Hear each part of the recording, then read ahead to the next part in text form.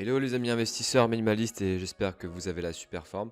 Aujourd'hui on se retrouve dans le sixième épisode d'analyse de mon PEA. Donc un épisode, enfin une série que j'avais commencé l'année dernière, mais dont le dernier épisode date d'il y a déjà plus de 4 mois au moment où je tourne cette vidéo. Le dernier épisode qu'on a fait c'était le 17 septembre 2021. Et pourquoi avoir attendu aussi longtemps? Pourquoi avoir attendu 4 mois?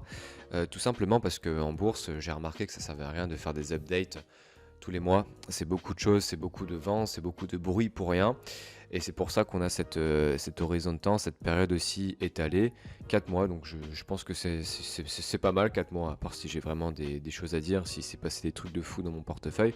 Mais il faut bien avoir à l'esprit en fait que l'investissement c'est vraiment très chiant. Il se passe pas grand chose.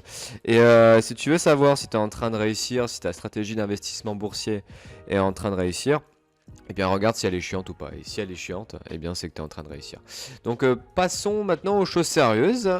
On va toujours parler de l'investissement initial, hein, parce que pour moi c'est quelque chose de très important à partager avec vous également.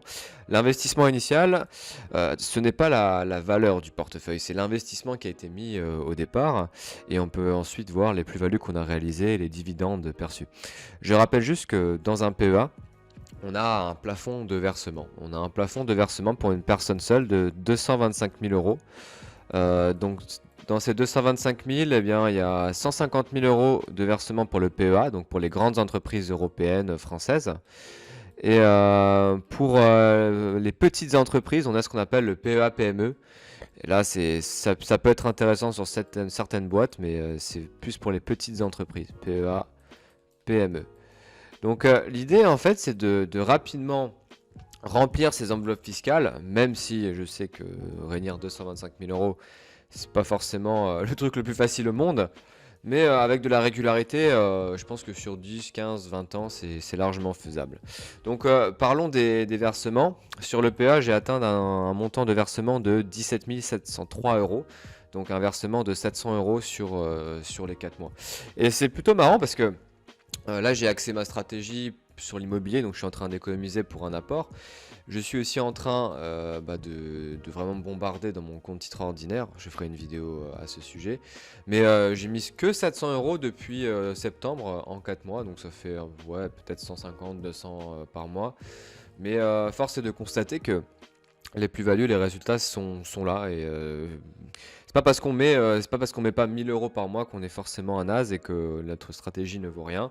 Il vaut mieux mettre des petits apports à chaque fois pour qu'au final ça devienne un énorme truc, quoi. Pour que ça devienne un portefeuille de géant.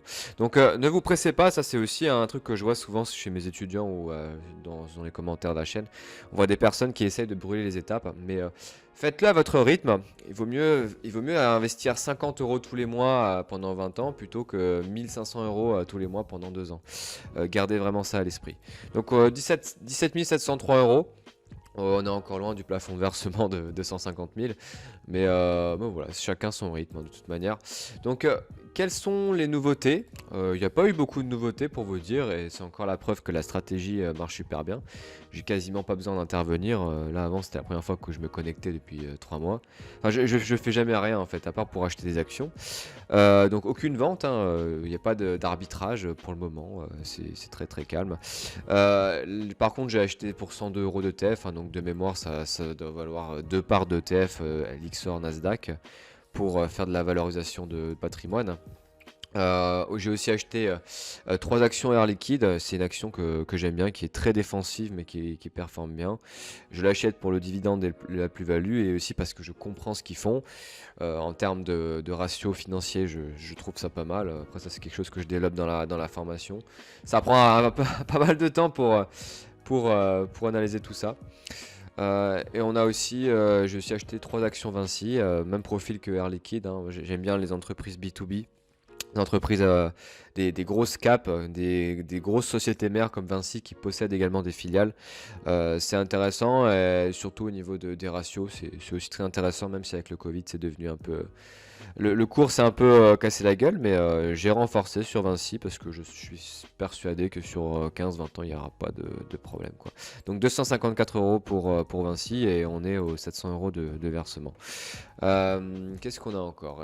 Au niveau des dividendes, là c'est très intéressant parce que je commence à voir les fruits de mon travail et j'ai quasiment des revenus tous les mois avec mon compte titre, avec mon PEA, mon PEA PME.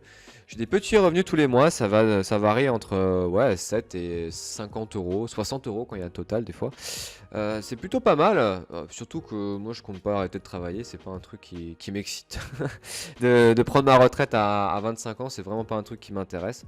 Je sais pas, j'aime bien travailler, j'aime bien souffrir un tout petit peu. Donc, au niveau des dividendes reçus, donc le 1er octobre, on a eu 60 euros de total. Là, c'est plutôt bien, 60 euros, ça permet de payer l'électricité par exemple.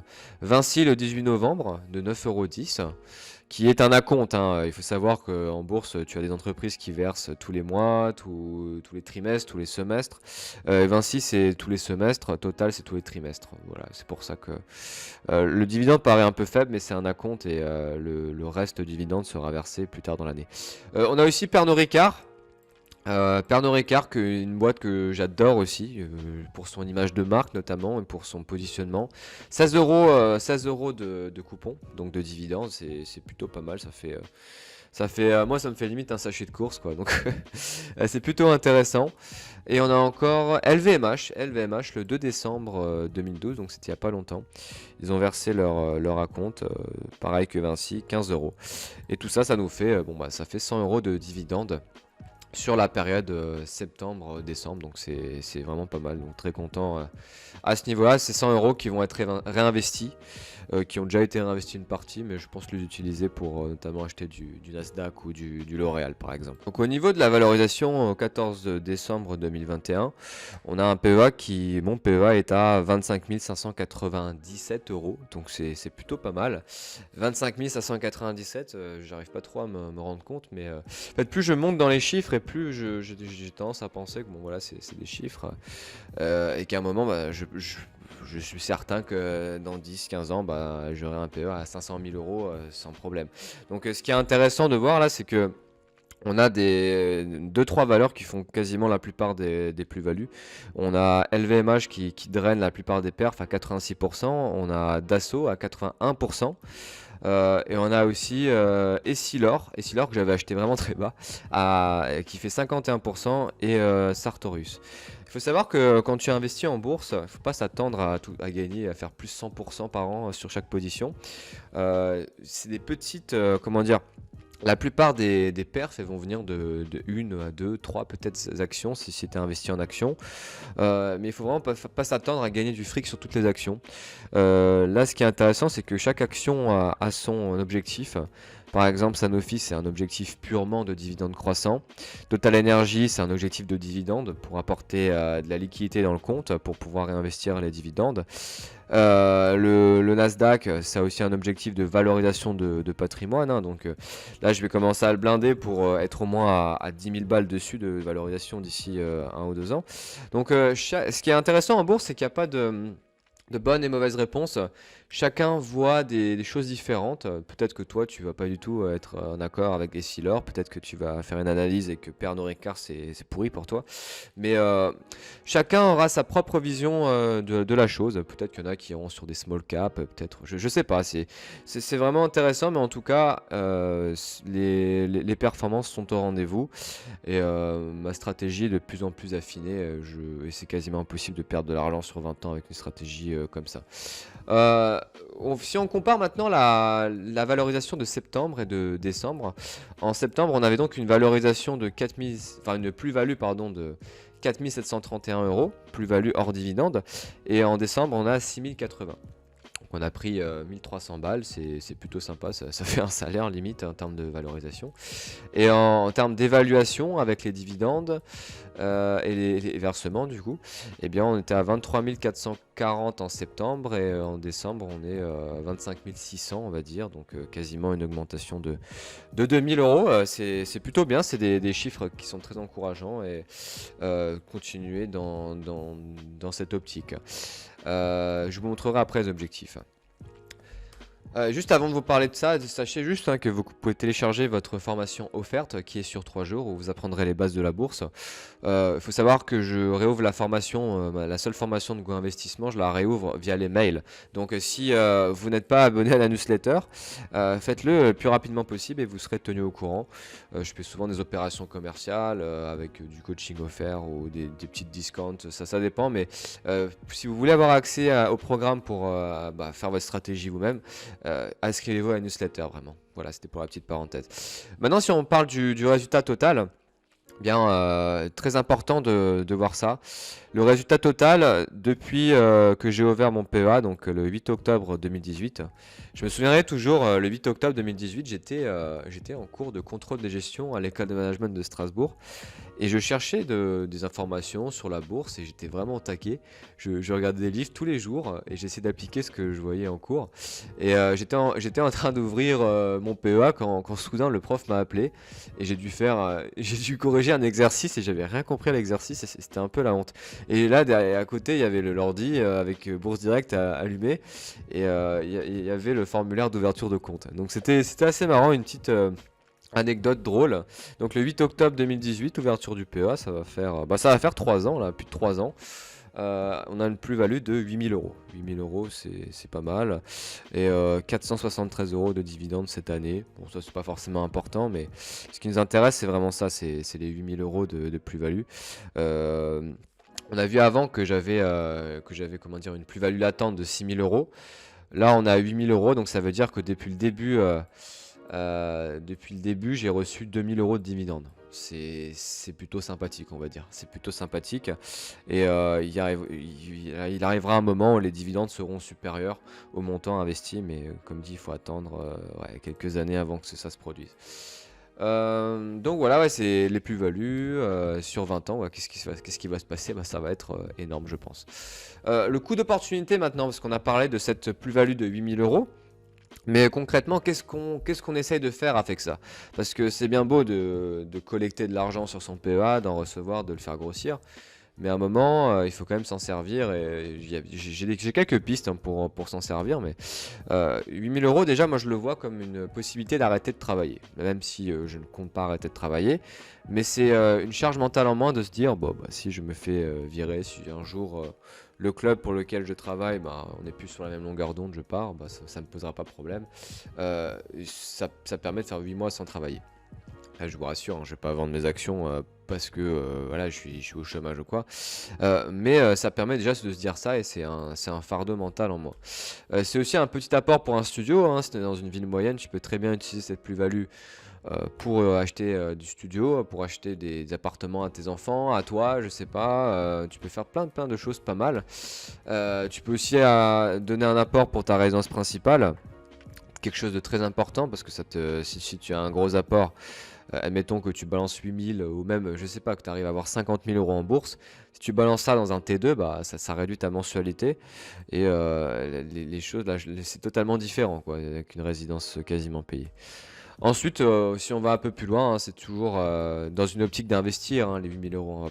On va pas aller acheter des Rolex, hein, surtout pas, ne faites jamais ça. À part si ça représente 0,1% de votre capital. Mais n'utilisez jamais les fruits de vos investissements pour acheter de la merde. C'est vraiment très important. Avec ces 8000 euros, comme j'ai dit, on peut aussi faire un apport pour une petite franchise. Moi, c'est quelque chose que j'aimerais faire dans quelques années.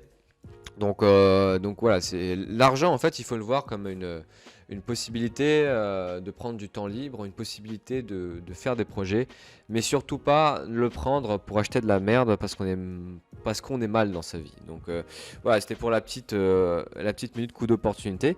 Dites-moi ce que vous feriez vous avec vos plus-values. Si vous par exemple vous avez une plus-value de 8000 euros, qu'est-ce que vous en ferez? Si je vous dis bah on les retire, qu'est-ce que vous en faites? Dis-moi dans les commentaires, ça m'intéresse. Ensuite, les objectifs d'ici avril 2022. Très important de se fixer des objectifs. Des fois, je regarde mes objectifs et je me dis, ah bah celui-là je l'ai réussi, celui-là j'étais à côté de la plaque, celui-là j'ai oublié de le faire. Donc c'est important de s'en fixer pour avoir une ligne directrice.